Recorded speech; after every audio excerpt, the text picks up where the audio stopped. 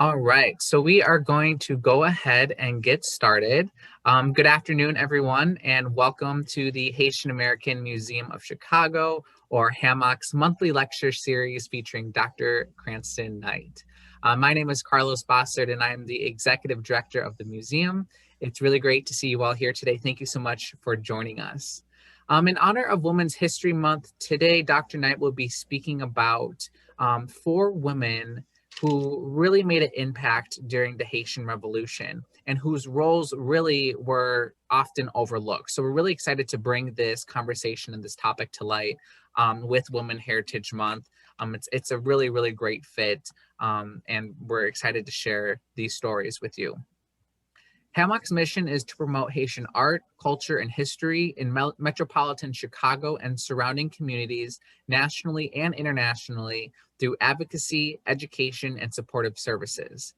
Education is at the core of our mission, and we are glad to continue bringing insightful, meaningful, and impactful lectures and programs to the community. Before we begin, I would like to do just a little bit of housekeeping and let you know the format of today's event. First, this program is being recorded, so if you do not wish to be seen on the playback, feel free to turn your video cameras off. That's totally fine.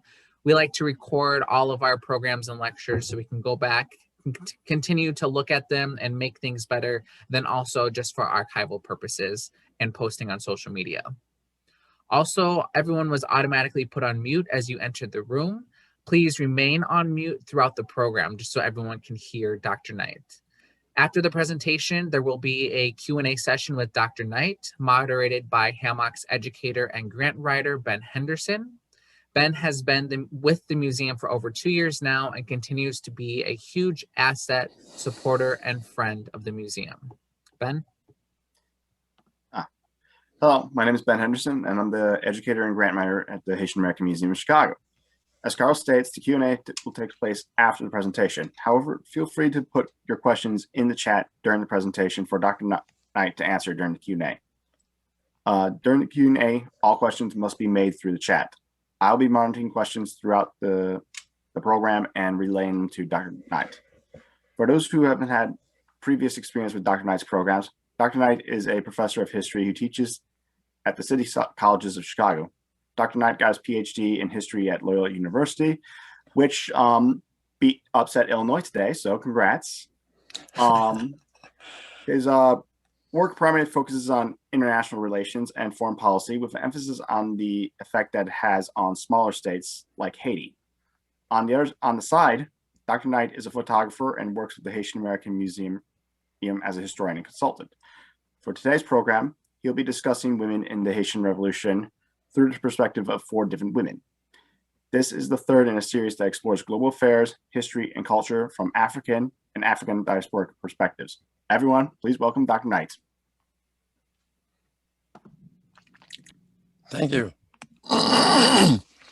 So today, we're going to be looking at the concept of the name of freedom, women in the Haitian Revolution. The revolution becomes extremely important when we begin to intersect not only the events which took place, but the participants who were part of this large rebellion which changes the Atlantic world. The Haitian Revolution was of such importance that it literally changed both the diplomatic, military, and political venue of the entire Atlantic area, meaning both North, South America, and the Caribbean. We know a lot about the men who fought in the revolution and the rebellion, or the rebellion and the revolution. We don't often hear about the women, and they played a significant role. Women have always been part of revolts, revolutions, and wars, but very seldom have they gotten their due. Currently, we've only become aware of, let's say, for example, the women who are fighting in Syria. Syria has an entire battalion of women who fight. There are no men that are part of it. Historically, Soviet women have fought in wars. Very seldom have they been discussed. So it is not uncommon for women's history to get lost in terms of their significance in terms of training their or for Cesar in terms of participating and freeing their countries from oppression. Haiti is not alone, but most certainly it is important for those of us who are trying to understand the Atlantic world and the impact of the Haitian Revolution. Next slide, please. Adbaraya Toya, and a very important person. She was from Dahomey. She was part of an all-women's military. The Dahomey society changes very significantly in terms of the king. As Dahomey is developing around the late 17th century, the king has a number of wives. And although he does have a military, he has some real serious concerns about allowing an all-men military to be around a number of wives. And so he began to ask and to train and to have trained women who will be around his wives. And that's how this particular group of women come into existence. They are trained to the point that they are tenacious. They fight in a way that the men aren't able to. They're able to not only be spies, but they're able to fight their opponents to a standstill. They will engage in battles against the French. They will defeat them in a number of major battles. That endears them to the king, and the king gives them further training. They're, as far as I know, are the only women's unit which fought in almost all of Africa, and for that matter, Europe as well as the Americas. Toya becomes important because, once again, as I said, she was part of the royal court. She protected not only his wives, she also protected, and her group protected him as well. She was extremely important. Once she is in battle, she's going to be taken prisoner and brought to Haiti. When she's there, she still understands the ability to fight as a soldier, but because she held rank, she learned both tactics and military maneuvers. And she most certainly taught that to Dessalines. It is one thing to be able to pick up a weapon, is something completely different when we begin to talk about tactics and strategy. Anybody can pick up a weapon, but how do you flank your opponents? How do you understand when you need to move your forces to the left or to the right? When do you need to scatter them? When do you need to break your military up? Excuse me, such that some of them are fighting a conventional war and others are fighting a guerrilla war. Those are the types of things which she taught Dessalines, because those are the same type of maneuvers which she used when she was fighting against the French in West Africa. She also becomes part of maroon groups, and these are individual soldiers, or I'm sorry, individual slaves who go off into the desolate parts of Haiti, which are primarily a water field. They live off the land. They fight irregular war. And she was able to not only raise her own military, but she also joined Dessalines, and he made her head of his own armed forces. Next slide. This gives you some idea of the particular military unit that she was part of. And it talks about the training of these individuals who were part of the Dahomey Kingdom.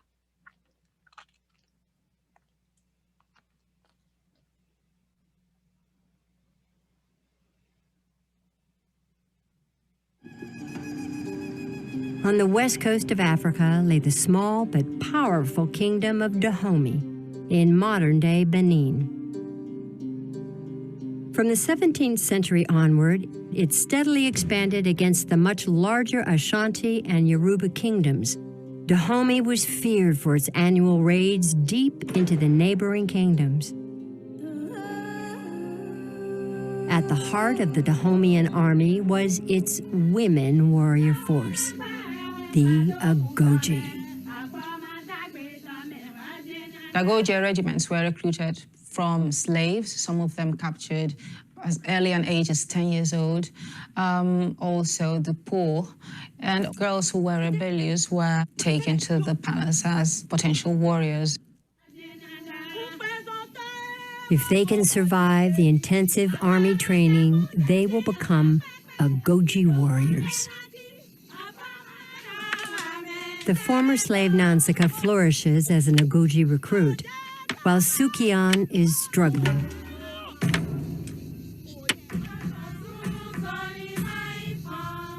After weeks of training, the recruits face a final test. In order to become Agoji warriors, Sukian and Nansika must climb over a barrier of razor-sharp acacia thorns. The crawl through the thorns will show whether the two new recruits have enough courage and endurance to be in the king's palace guards. Sukian fights back the pain. If she fails, she's likely to be sold as a slave.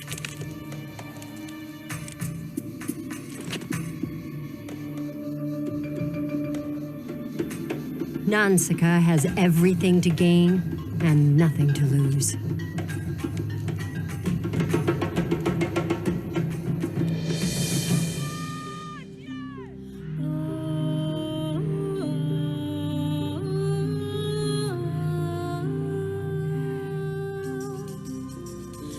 They are both accepted into the Agoji Palace Regiment.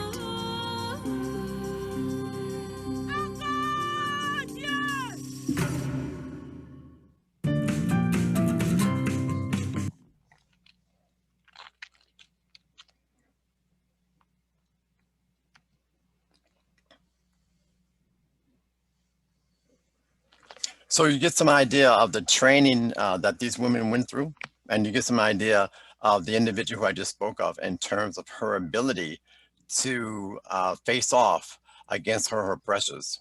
Well trained, she's able to help Dessalines in his maneuvers and tactics as he's fighting against the French, because she had also been trained.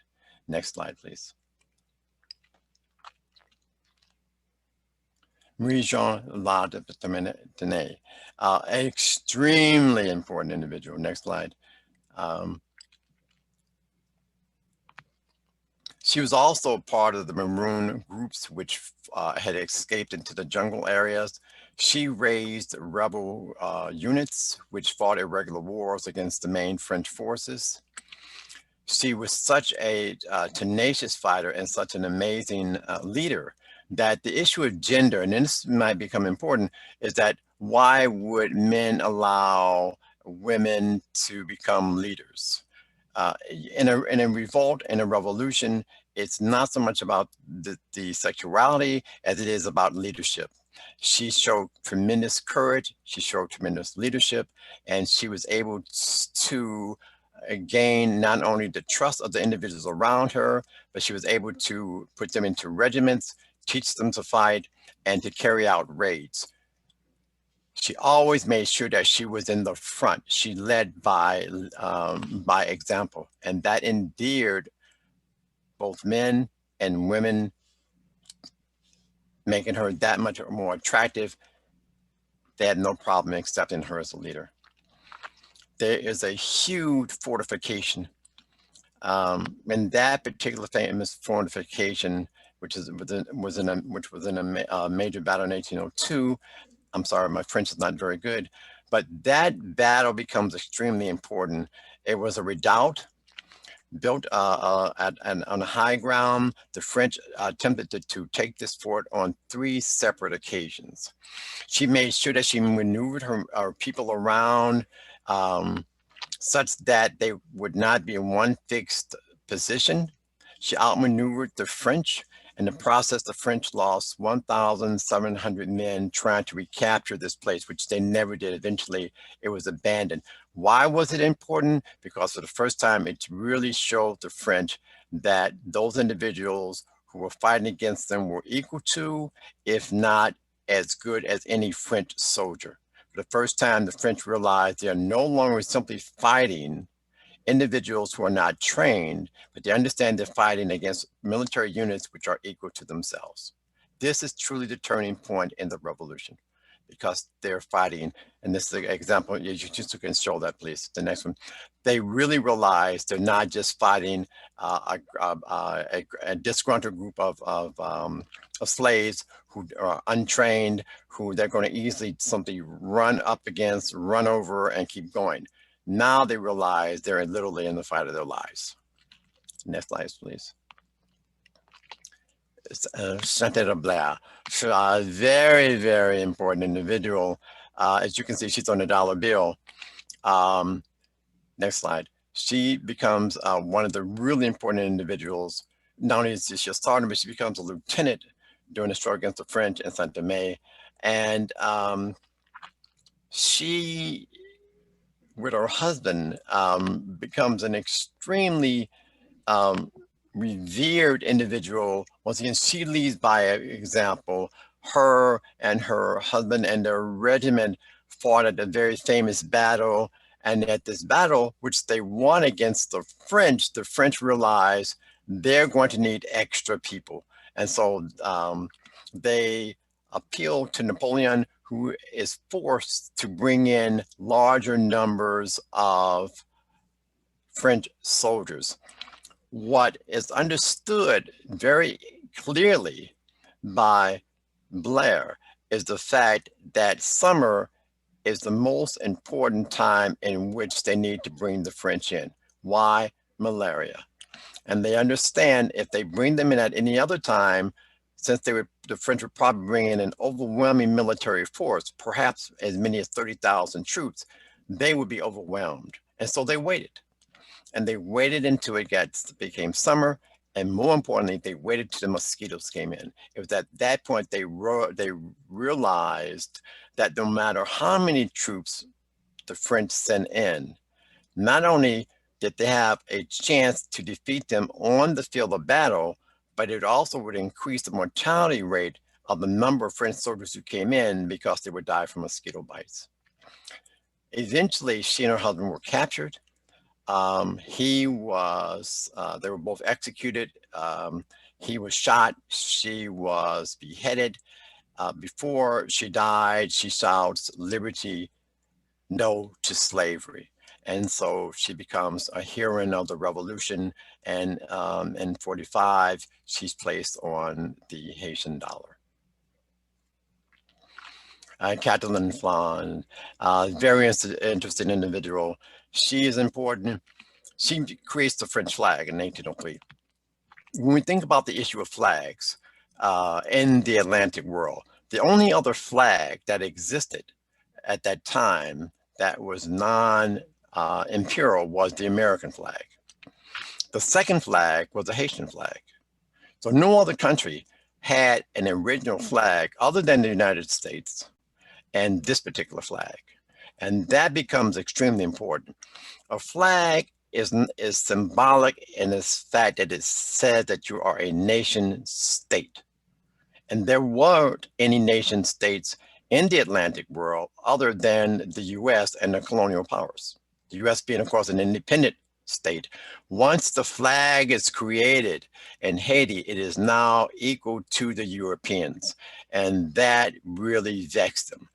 Never had a slave group had a flag that they could call their own, and not only have a flag which they could call and then name their own country, which they did, as we know it's Haiti, but they can do all the things that any state can do in terms of international affairs, commerce, diplomacy.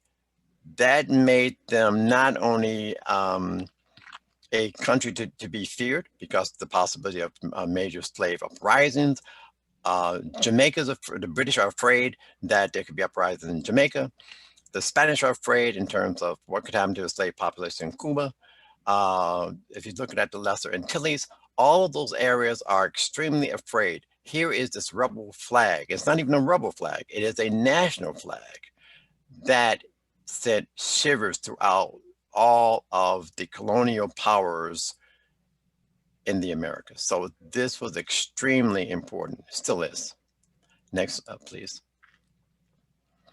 this simply goes into a little the debt in terms of what she did, depth in terms of what she did.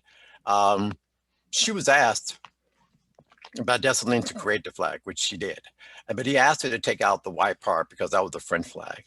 So the question is, what does the flag mean? If we look at the American flag or any other flag, those flags stand for something. They are not only symbolic, they not only do they talk about the issue of power, but they clearly state their objective. So as it is written here, the blue was taken to represent Haiti's Black citizens, and the red was for its people of color. Since Haiti had been broken into 3 stratas, there of course there were the whites, there were the coloreds, and there were the blacks. And it was important for Dessalines to include that large population, and they're represented on the flag in the red and the blue. Next, please. Women took on many, many, many different roles in the revolution, as they have historically. They're always the best spies. There's a very famous book called The Art of War by Sun Tzu. And Sun Tzu, in the first beginning of the war, in the first beginning of chapter of his book says, if you want to win a battle, make sure that you have women in your ranks. He understood very clearly that if there's information to be gathered, women are the best individuals to obtain that information from generals, diplomats, and military individuals specifically. I want to know the time and place, location of the battalion. I need to know the time and the place that you may launch an attack. I need to know the terrain. By getting that information, I can then assemble my group, hopefully ahead of time. And I know how many people I need to have. I know where I can have my entry point, my escape routes. I know the waterways. I can set up ambushes, but that can only be gained if you have the information. That's why women became so important, because they were able to pick up that particular type of information. They also served as nurses. A lot of the vast majority of all the remedies used were natural. We know that when we talk about the issue of aspirins, that comes from sap of trees. So individuals who are in pain could be given different types of acidic morphine, which were part of the tree barks. You can make salves for wounds, for infections, Bacilla. Even though the term penicillin did not exist, people were using antibiotics. And of course, we know that mixed in the right combinations, it decreases infections. Different types of teas decreased infections. And so these women were used, I know the term folk medicine is used here, but it is as good, if not better, than most things we can buy today. They were able to bring in those individuals who were wounded, take care of them, give them the necessary resources that they needed in order to get them back into battle, or to keep them in the rear so that they could be taken care of. The historians have often said that when they went back, there's always what's called after action there. In essence, there's been a battle. Who were part of the people who fought? And what they discovered was that in many of the battles, major battles fought, in the front lines were women. So many might think, well, women were somewhere in the rear. When in fact, they were actually in the lead wave, which were attacking the French.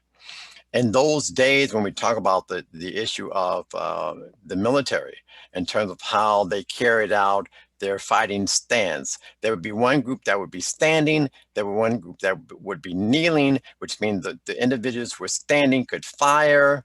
They would then drop down. Those individuals on their knees would stand up and fire, which gave the individuals on their knees time to reload.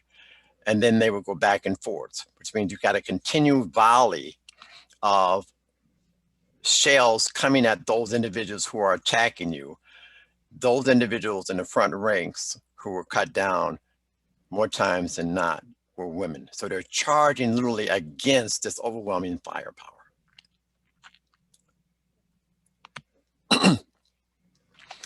What's really interesting about the Agoji women, or the Agoji, a group of individuals from Dahomey, is people were really, and scholars have been really trying to haggle with this issue of these individuals are taken from Dahomey by the French, or were they also taken by the Spanish?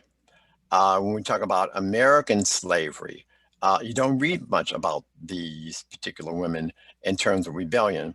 Of course, we hear about individuals who are part, we hear about those women who were part of the anti-slave movement, who went north and then came back, picked up individuals and took them back safely from the south to the north, but they were not soldiers. They were definitely part of the anti-slave movement, but they were not trained soldiers in the same sense that the Agoji or the individuals from Dahomey were. So they're asking these very basic questions, because when you look at the largest slave rebellion in 1811, which takes place in New Orleans, then the question becomes, how many of those individuals were from the Dahomey Kingdom? Because we know historically that as the revolution continued to gain steam, lots of the French left with their entire plantation groups, meaning their slaves, and came into New Orleans. How many of those individuals were also women who were soldiers? So that 1911 huge revolution that takes place in the United States, the question has been asked by a lot of scholars, were those also soldiers who were taken in, not simply individuals who were slaves, but slave soldiers, individuals bought from Dahomey, because we don't find in any other American rebellions the same type of fighting maneuvers. Yes, there were men. We know about Nat Turner. We know about Demar Vesey, but we don't find, and there's no question that there were women with them, but we don't see them move in terms of their movement to attack, go from one plantation to another with a methodical methodology in terms of fighting. That is to say, maneuvers and tactics. We do see rebellion, but we don't see the military movements that you would find if you're talking about an armed group of individuals who have been trained. And so they're thinking that there's a good possibility that these women only were taken to places like Haiti, maybe Cuba under the Spanish, because the Spanish were also in Haiti. And so those women were perhaps taken to Cuba. They know that in some places in the Antilles, they would find the same type of maneuver. You don't find that in the United States in the Estados Unidos. So the role that the women played in the Haitian Revolution has often been overlooked, because traditionally the scholars wrote down the names of men. They wrote down the histories of men. A lot of women were known because their husbands were generals. It's only been probably in the last 20 years that they've gone back to try to find information. They've found some information in diaries. They found some information in terms of folklore, but they're trying to find more, because there were literally thousands upon thousands of women who were part of this 13-year rebellion and revolution. And one has to remember that the Haitian Revolution was 13 years of fighting. It's not just a year-long conflict, like 2 years, it's 13 years of fighting. And in that 13 years, you've got to be able to sustain your troops. You have to be able to keep up the morale. You have to have some type of diplomacy, because they did the Haitian revolutionaries did receive both guns, munitions, shot, and powder from the Spanish and also from the British. You have to be able to get that material through the lines without being detected, or you have been executed. You've got to be able to carry the weapons, which were extremely heavy. You had to know the trails in which to follow. It was truly a monumental task, and that's something that was carried out extremely well by the women. They also were able to use their dresses. By pulling them apart, they could tell you whether or not they were used as signals. So pulling them apart could say, it's okay to go. By turning them left or by moving the dress right, it would let individuals know whether or not they were being followed, whether or not they should stop and hide, where there was food, whether they should move at night, or whether or not they should move during the day. So the women played a pivotal role. Without them, the revolution would have never come to the successful end that it did. I'm not sure what our timing is. And so once again, it's for freedom and no slavery. That is the rally call of Sanite Belair, that rather that one should die rather than be a slave. At no point should one allow themselves to be a slave. And that was also the Agoge motto: better to die than to become a slave. That was a historical narrative. What I need to make sure was that there was a some type of bibliography, because it was really difficult trying to find a lot of information about these women soldiers, but also about women in general who were part of the revolution, the rebellion, and the revolution, and the types of things that they had carried out to make sure that it was successful. For those who lost their lives, so that they could be remembered. Many of them would name their children after fallen leaders, and that continued the tradition by naming the child. You also keep alive the name of the revolutionary who had fallen in battle. Some of these books are quite interesting. I think you'll find them definitely worthwhile looking at. They give you a very different perspective of comparative slavery. So we know, and when we talk about the issue of slavery, that of the 12 million people who survived the slave voyage, about 400,000 come to the United States. The other, something like 12 million, are taken to the Caribbean and also to South America, South and Central America. Question becomes, what's the slave narratives? How does one narrative in, say, Costa Rica and Honduras vie differently than what took place in Haiti, which took place different in Jamaica, which took place differently than in the United States? And it's those type of slave narratives, and unless one understands it, can never truly understand the history of African slavery in the Americas.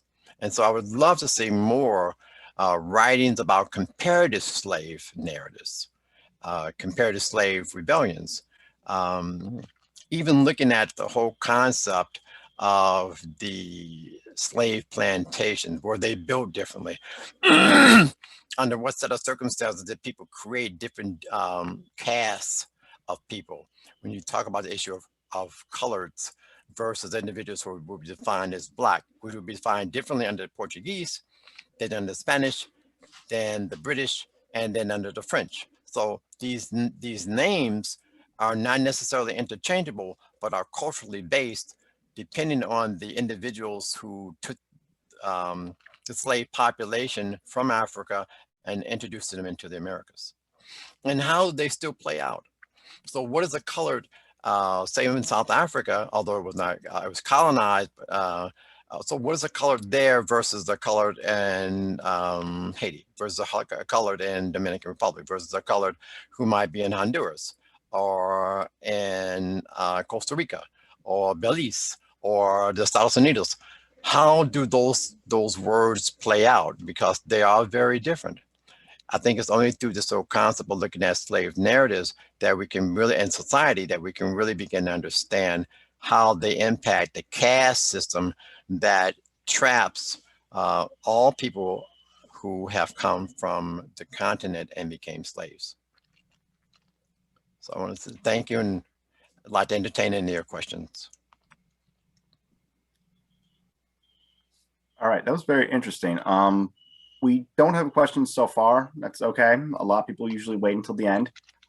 So I guess one of the things I'm going to mention first is that the Dahomey women, those guards, are the bodyguards in Black Panther are based off those Dahomey women. their style, their dress, the whole theme they play off of is based off of Dahomey history and all that stuff. So that's like one of the cool things that I think that this should be mentioned. Yeah, I saw a couple of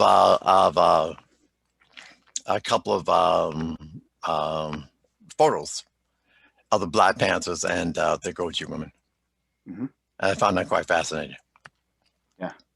I have a question, actually. And Dr. Knight, really fantastic job with your lecture. I think one of my favorite things about your conversations is that you really bring topics and themes to light, and stories and experiences that aren't as well known as they should be.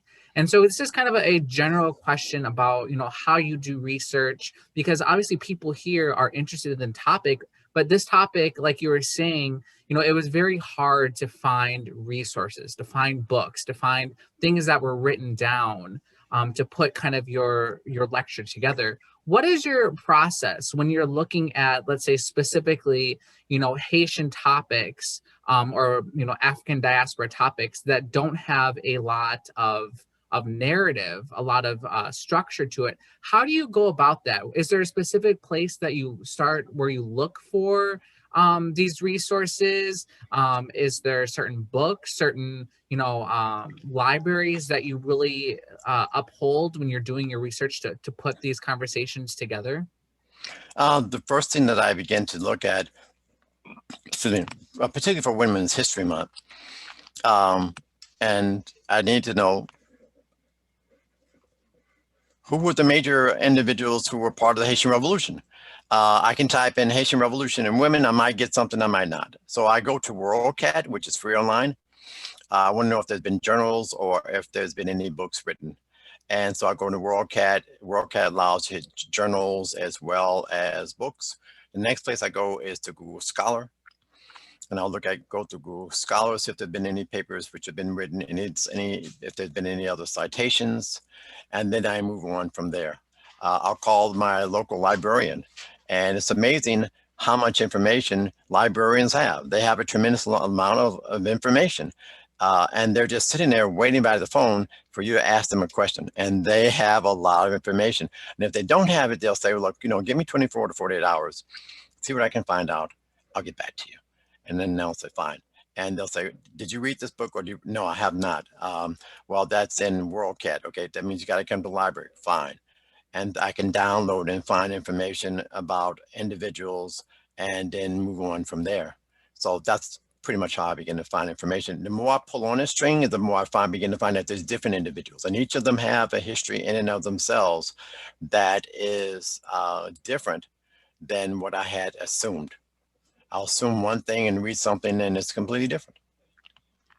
And so then I'm able to begin to put things together, but then to put them in modules. So I'm writing about Sanite Belair, and then, okay, so who was she? What did she do? Where is she from? I know, and discover there's very little written about her. Or people that, or there's folklore. And then try to find, has anybody written a children's book about her? And in some cases, I found that there had been children's books written about her. Okay, how historical is the children's book? Where did they find their information? And sometimes I'll actually call an author, if they're still living, and say, where did you get the information from? Or I'll find an email address and I'll email them and say, okay, I love your book. Where'd you get the information for your book? And sometimes they're very nice. We can have a conversation and they'll say, well, this is where I begin to find the information from. And so with that, I begin to put things together. Ben, I'm sorry. All right, that's good. WorldCat is definitely a very good resource. Now, I have a question from a pretty long question from one of our members in the chat. Hello, Ben. Hey. I would love to know if Dr. Knight has anything to add about Cecile Fatme and her role in the Haitian Revolution alongside Dutty Boukman. More broadly, this question is about the intersection of women warriors and the role of voodoo in the Haitian Revolution. Oh, voodoo definitely plays a very important role. In fact, some saying that it was really, individuals have been discussing the fact that there was going to be an uprising. And there should be an uprising. There happened to be a particular, there was a storm. And during this particular storm, it was seen as a sign that the revolt should take place. She was definitely an individual who was noteworthy. People listened to her when she said that this would be the sign when this huge, very unusually violent storm took place. This would be the sign from her interpretation that the revolt should take place. Once the storm passed, she made it very clear that it was a sign that the revolt should come into to realization. So voodoo does play, as she is the voodoo priestess, definitely becomes the inspiration that leads to the revolt. That doesn't necessarily mean that it would have been a revolution. It simply meant that it would have been a revolt. Revolts can be put down. You can have riots in a riot or revolt, you can kill lots of people. That does not mean that it's going to be sustained to become a revolution. So what she predicts is the revolt. She does not predict the revolution. She does want freedom. That goes without question. That does not necessarily mean that during the course of fighting, that's going to be the end result. And why do I say that? If you look at the 20th century, you can only name perhaps 4 or 5 major revolutions, lots of revolts, lots of rebellions, but perhaps only 4 successful revolutions. So revolutions are very rare. Revolts, many. Revolutions, not so much. So her premonition, of course, comes true. You know, so we have to give it to that because people did see it today. But you're talking about also 13 years of fighting. Both sides are literally exhausted after 13 years of fighting. So you've got to sustain your army in the field for 13 years and keep up their, what is your goal? A goal is freedom. What does that look like? What does that mean? It's only after Dessalines really began to write down the purpose of the revolt and in terms of the rights of men and the ending of slavery, that you can then be called, it moves from the perspective of a revolt to that of revolution. You're now writing down your goals. You're not simply saying, I want the French out, because for a long time, they did not call for the French to not be part of France. Once he begins to write down that he wants a free, independent state, the rights of men coming from the French Revolution, and the fact that he wants a country, now you've moved to revolution. All right. Yeah, that's very interesting, like the role of religion and using that to inspire soldiers to fight for like well over a decade. Yeah, that's a long time. Yeah, you need those sort of ideas to maintain that sort of momentum. Okay, so we have another question. We got one of our listeners who wants to know about the role of malaria in the revolution. I'm intrigued by the comment about French soldiers getting malaria in the summertime from mosquitoes. Were French soldiers considered more vulnerable than the locals? Did the locals have some sort of invulnerability? Malaria is an interesting. Malaria is interesting. If we look at the Gullah people in the United States, they were probably one of the few individuals who were never completely enslaved. They lived off Charleston. They lived on the islands in the Carolinas. And what they had was sickle cell trait. If you have sickle cell trait, you don't catch malaria, which is one reason why, yes, they're on the island. Did they run the island? Yes. The planters would come and say, we want this planted. At the end of the year, they would pick up the harvest, but they never allowed any of their individuals to get off the boat, and they never allowed the people who were living on the island to get on board the boat. They were too afraid of the malaria. How many of the people in Haiti had sickle cell trait is an interesting, and I've not seen any medical records because I've not done research on it. How many of them had actual sickle cell trait? Because if you have sickle cell trait, you don't get malaria. The French most certainly were not immune. And so it plays a huge role. It means I can survive and you can't. And they, I think at some point understood that they could live and the French would not, which is why during one of the real major battles, Dessalines says, let's wait till summer before we begin the battle, because he knew that the French they would lose large numbers of individuals from the mosquito bites. Yeah, malaria plays a very big role in Caribbean warfare. Like, you can't just send a large army of dudes who've never been exposed to malaria area and expect them to survive, basically, in large numbers. And then that was true. That was true also in the U.S. as well. Yes, and you got wool uniforms on, so you're in this hot place, and you got a wool uniform on. Yeah, it doesn't fare out well. Yeah, 18th century people in their long sleeves. Oof. That doesn't do good. Yeah. Okay, so all right, so we don't really have questions. Have kind of slowed down a little bit, so I'm going to ask my own sort of question. So we see very different experiences between, say, Creole women who were born in slavery versus, say, African women who were imported. Do you have anything to say about differences in experience and how that might affect their perception as a slave? Like, for example, we have the Dahomey women who were born as soldiers. They were warriors. They had a sort of social status where they came from. Whereas you have Creole slaves who, in most cases, are usually do field work or work in a person's home. How does that affect the role they take in the revolution, and how did they perceive the revolution? That's a very interesting point. We know that the women who were part of that particular caste system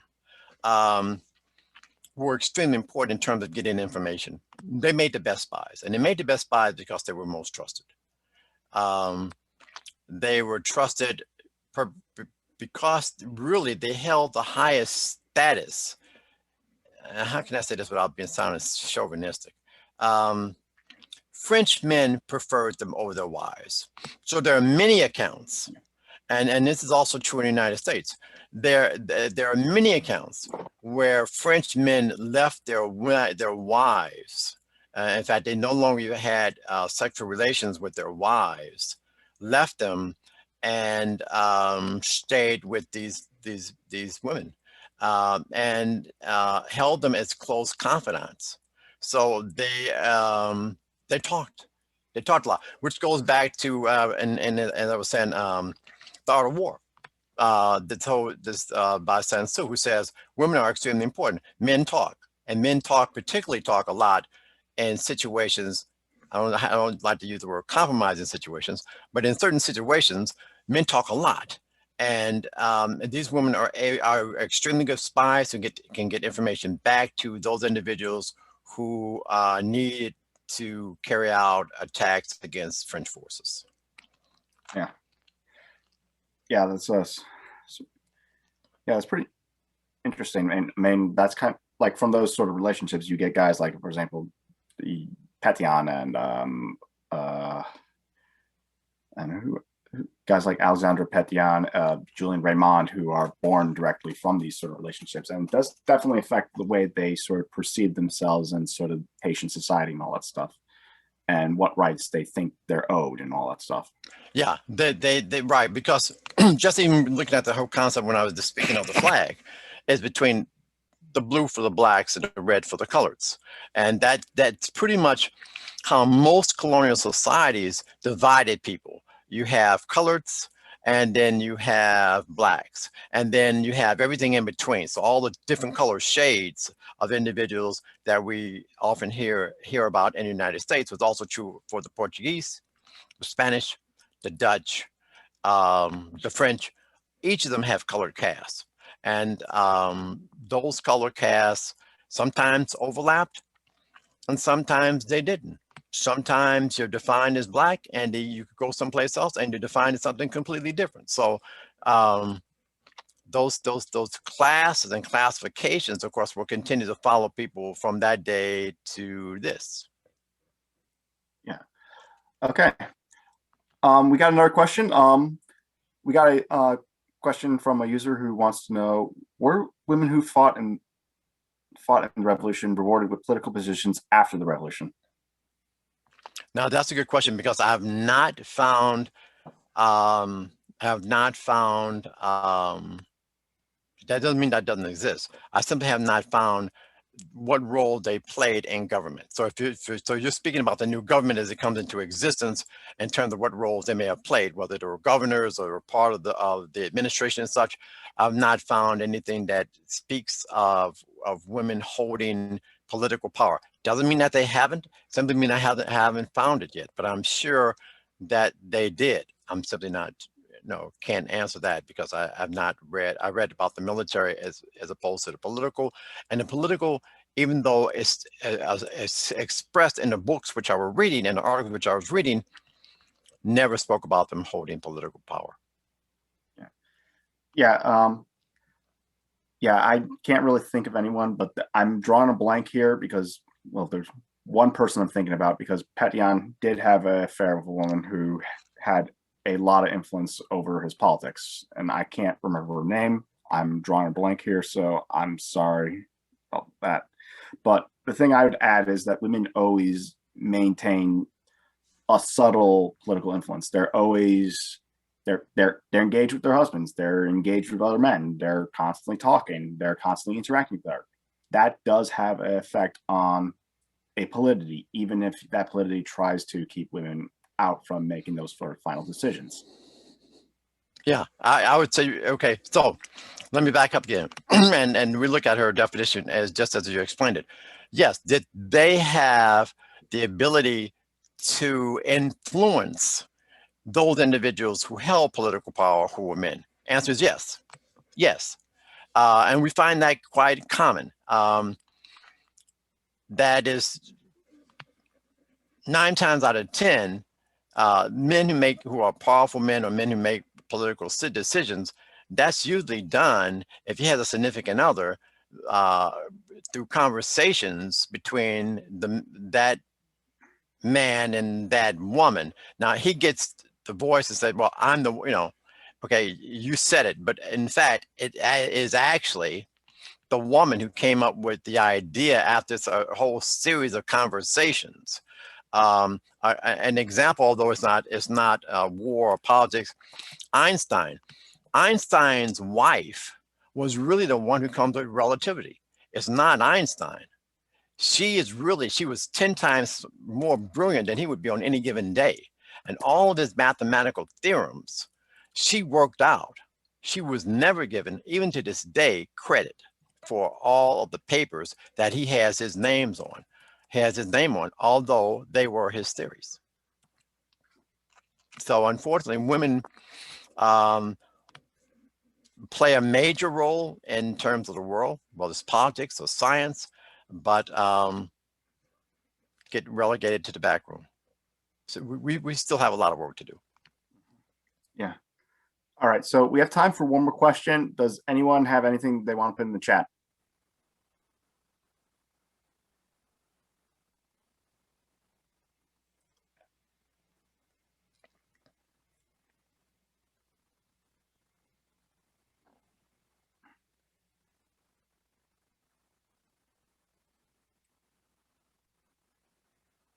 Okay, so all right, we have one more. Were the leaders of these diasporic routes in constant communication? I'm sorry. Were the leaders of these diasporic revolts in constant communication?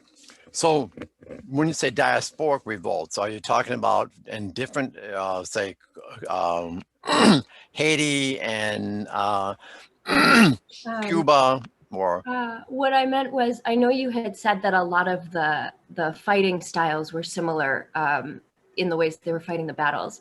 I was wondering if this is something that scholars have kind of like figured out from like just looking at like fighting techniques and military documents, or if it was like, or if they were like talking to each other and like these are, or like the leaders of the revolutions in Haiti were speaking to the same people who were revolting, in other locations. Okay, when you say other locations, you're still talking about Haiti. You're not talking about in other countries. You're talking about Haiti. I guess I'm talking about Haiti and those other revolts that you said there were like similar fighting styles. Are you saying those came up, just people kind of realized that they matched the way like the Dahomey leaders had fought in Haiti, or were they like, were people like actually being like actively influenced and inspired by them? Does that make sense? Okay, but once again, we're talking about Haiti as opposed to the type of fighting being transferred, or I should say, being reproduced in another country. So say the fighting that which is taking place in Haiti being used, say, in the United States, or being used in some other part of Central America. Yes, and Okay. I'm wondering, yeah, like, was that random that they all happened to be fought the same, or is it like, I don't know. This is not a very No, it's extremely important, because the question has always been asked, why were there not more slave rebellions in the United States? And of course, many people would say, well, because it was because people were constantly under guard. Well, that was true in slavery in general. In general, people kept very good eye over their slave population. You don't want your slave population to run away. I mean, that's money. If at the end of the day, it's cash. So you don't want your cash to go running off someplace. So yeah, you're going to keep slave patrols all over the place. And that was also true in Haiti. What makes Haiti different in terms of, if we're talking about the women fighting, is that from what I'm discovering is that the women from Dahomey were unique even in African history. That group, the Agoji women, were finally defeated by the French in a major battle somewhere around, I think it's 1795 or something like that. No, it's 1870s, around 1875, I'm sorry. That fighting style, which was used by those individual women, was not replicated in other parts of Africa or African kingdoms. It was replicated only when those women were taken to certain areas. And from what I could gather, they were only taken to Haiti. They may have some, because there was the Spanish, and Cuba was very close. And very often Haitians were used in the plantations of Cuba. It's very possible that some of the women who were Dahomey wound up in Cuba, that they wound up in other countries. It doesn't appear that they did. So that fighting style is very specific to Haiti and perhaps Cuba, but not any place else. Well, thank you, Dr. Knight, very, very much. It is coming up on 3 o'clock right now. As always, thank you for sharing your research and your contribution to the Haitian community and Black diaspora. And of course, thank you to our museum educator and grant writer, Ben, for a very insightful Q&A session. Before we go, I did just want to make just a couple quick announcements. Along with being a historian, like we said previously, Dr. Knight is a photographer, and he does have a virtual exhibition opening tomorrow at the National Public Housing Museum titled Silent Voices Among Us, a montage of Chicago's West Side. And this exhibition features photographs that he's taken over a 2-month period in Austin, Garfield Park, and neighboring communities in the West Side, and documents the decades of unfair housing practices that were magnified since the onset of COVID-19. So I'll make sure to share that link with everyone. It's a very interesting exhibition. This Friday, March 26th, from 6 to 7 p.m. Central Time, HAMOC is hosting a curator and artist talk on its newest in-person exhibition, A Soto's Child at the Altar, featuring Mario Lamoth and Alexandria Antoine. This is going to be another virtual event, so you can find that link at all of our social media accounts. Next Sunday, March 28th, Dr. Knight will be participating in an event hosted by the Haitian Congress to Fortified Haiti and Daughters of Haiti titled Bold, Beautiful, and Black, a celebration of Haitian women in history. we are really, really excited and very grateful to have Dr. Knight representing HAMOC, and we'll make sure to get that link out this week so all of you can join. And then lastly, something very exciting at HAMOC, we do now have HAMOC branded apparel for sale. We're selling t-shirts, long sleeves, crew necks, hoodies, and my favorite, we do have some bags. The artwork on the design is made by our artist in residence, Jean-Yves Hector, and those are for sale. You can check it out on our website. Again, thank you all for being with us this afternoon. I'll be sending out my follow-up email with some additional information. Be safe, enjoy the weather today, make sure to get outside, and we're looking forward to having you at one of our programs in the future. Thanks so much, everyone. Have a good afternoon. Thank you.